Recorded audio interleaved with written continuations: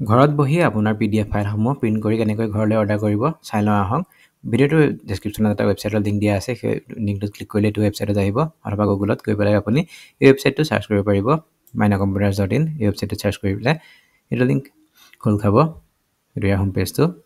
ইয়াত তললৈ আহিলে PDF প্ৰিণ্ট অপশ্যনটো পাব, স্ক্ৰল কৰি গৈ থাকিলে, অথবা আপুনি ওপৰতে PDF প্ৰিণ্ট বুলি এটা মেনু পাব, তাত ক্লিক কৰিব।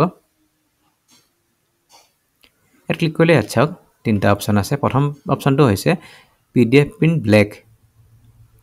PDF প্ৰিণ্ট ব্লেক এইটোত প্ৰতি কপিত 3 টকাকৈ দিব লাগিব, কিন্তু ইয়াত মিনিমাম অৰ্ডাৰ 100 টকা হ'ব, 100 পিচ হ'ব। মিনিমাম অৰ্ডাৰ 100 পিচ যদি আপুনি প্ৰিণ্ট কৰে তেতিয়াহ'লে পাৰ পিচ 3 টকাকৈ পাই যাব আপুনি। তাৰ দ্বিতীয় অপশ্যনটো আছে PDF print black and white. ব্লেকত আপুনি পাব, সেইটো 5 টকাকৈ পৰিব। আপোনাৰ মিনিমাম অৰ্ডাৰ 20 পিচ হ'ব। যদি আপোনাৰ 20 পিচ প্ৰিণ্ট কৰিব লাগে তেতিয়াহ'লে 5 টকাকৈ আপুনি পাই যাব, আৰু যদি 100 পিচ আপুনি অৰ্ডাৰ কৰিব বিচাৰে তেতিয়াহ'লে 3 টকাকৈ পাই যাব। আৰু তৃতীয় যিটো অপশ্যন আছে সেইটো হৈছে কালাৰ প্ৰিণ্ট, 10 টকাকৈ পাই যাব। মিনিমাম অৰ্ডাৰ 10 পিচ যদি মিনিমাম অৰ্ডাৰ কৰিব লাগিব, আৰু কালাৰ প্ৰিণ্ট হ'ব। ধৰি লওক মই, আৰু যদি আপুনি সৰহকৈ প্ৰিণ্ট কৰিব বিচাৰিছে তেতিয়াহ'লে আমাৰ লগত কণ্টেক্ট কৰিব, আমি দামটো কমাই দিম। আৰু ধৰি লওক মই এতিয়া কালাৰ প্ৰিণ্ট কৰিব বিচাৰিছোঁ 10 পিচ, মই ইয়াত ক্লিক কৰিলোঁ। তাৰপিছত ইয়াত লিখা আছে please upload your good quality PDF file. PDF ফাইলসমূহ স্পষ্ট যাতে হয় সেইটো মন কৰিব। তললৈ আহিব, আহি পেলাই drag and drop file here, browse file যিটো অপশ্যন আছে তাত গৈ পেলাই আপুনি আপোনাৰ PDF ফাইলটো আপলোড কৰি দিব। এইটো চাওক, আপোনাৰ ধৰা এইটো PDF ফাইল মই ইয়াত আপলোড কৰি দিছোঁ। আপলোড কৰি দিয়াৰ লগে লগে চাওক তলত লিখাই আছে মিডিয়াম কোৱান্টিটি 10টা। যদি আপোনাৰ PDFটোত 10টা পেজ আছে তেতিয়াহ'লে 10 হৈ আছে, ঠিকে আছে। যদি আপোনাৰ 11টা পেজ আছে বা 12টা পেজ আছে বা তাতকৈ বেছি আছে তেতিয়াহ'লে আপুনি ইয়াৰ পৰা বঢ়াব পাৰিব। ইয়াত চাওক 11, 12, আপুনি ইয়াত যেটা পেজ আছে সেইমতে এইটো দি ল'ব। মন কৰিব যে আপোনাৰ সঠিকভাৱে যাতে দিয়ে, নহ'লে আপোনাৰ PDF ফাইলটো আমি প্ৰিণ্ট কৰা নহ'ব। যদি আপোনাৰ 11টা পেজ আছে তেতিয়াহ'লে ইয়াত 11 কৰি লোৱাটো জৰুৰী। যদি 12টা পেজ আছে তেতিয়া 12টা 12 কৰি ল'ব। মই 10 কৰি লৈছোঁ বৰ্তমান, তাত এড টু কাৰ্ট কৰিব।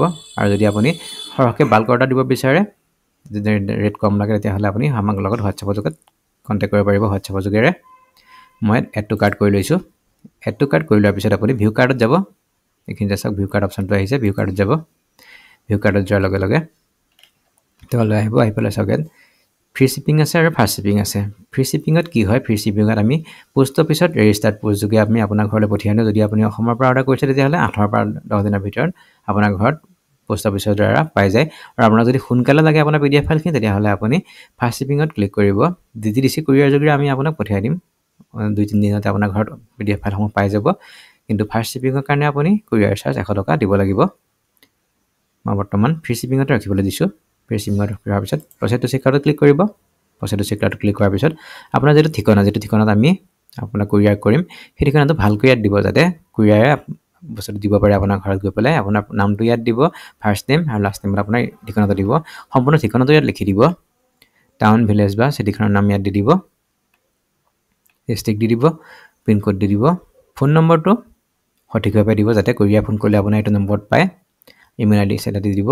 দিয়াৰ পিছত আপুনি পে' নাও যিটো অপশ্যন আছে, এই পে' নাওত ক্লিক কৰি পেলাই আপোনাৰ যিটো এমাউণ্ট ইয়াত হৈ যায় আপোনাৰ পেজ অনুসৰি সেই এমাউণ্টটো পে' কৰি দিব।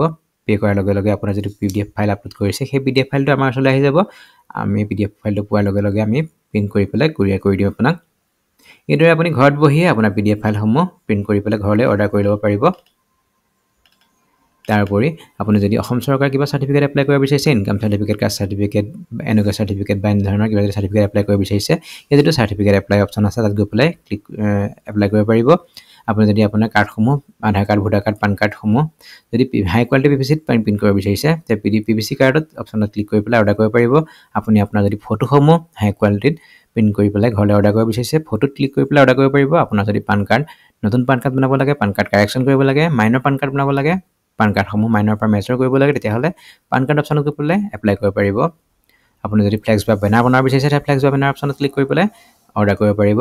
আপুনি যদি গাড়ী বা বাইকৰ ইঞ্চুৰেঞ্চ কৰিব বিচাৰিছে তেতিয়াহ'লে অতি কম দামত ইঞ্চুৰেঞ্চ কৰাই ল'ব পাৰিব আমাৰ পৰা। আমাক হোৱাটছএপত যোগাযোগ কৰিব।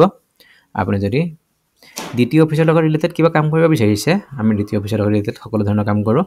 নতুনকৈ লাইচেঞ্চ বনোৱা কাম, লাইচেঞ্চ ৰিনিউ কৰা কাম, RC বনোৱা কাম বা বেলেগ তেনেধৰণৰ যদি কাম আছে দ্বিতীয় অফিচৰ লগত ৰিলেটেড তেনেহ'লে আমাৰ লগত হোৱাটছআপত যোগাযোগ কৰিব এইখিনিতে মন কৰিব আপুনি পৰাপক্ষত হোৱাটছআপতে আমাৰ লগত কণ্টেক্ট কৰিব আমি যথেষ্ট বিজি থকাৰ বাবে আমি আপোনাৰ ফোনসমূহ ৰিচিভ কৰিব নোৱাৰিবও পাৰোঁ গতিকে পৰাপক্ষত আপুনি হোৱাটছআপত এটা মেছেজ কৰি ৰাখিব আমি যেতিয়া সুবিধা পাম আমি আপোনাক নিজে কল কৰিম অথবা হোৱাটছআপত মেছেজ কৰি পেলাই আপোনাৰ সমস্যাসমূহ সমাধান কৰিবলৈ চেষ্টা কৰিম এই ধৰণে এইটো পৰ্টেলৰ যোগে অতি সহজে আপুনি আপোনাৰ কামসমূহ কৰাই ল'ব পাৰিব ধন্যবাদ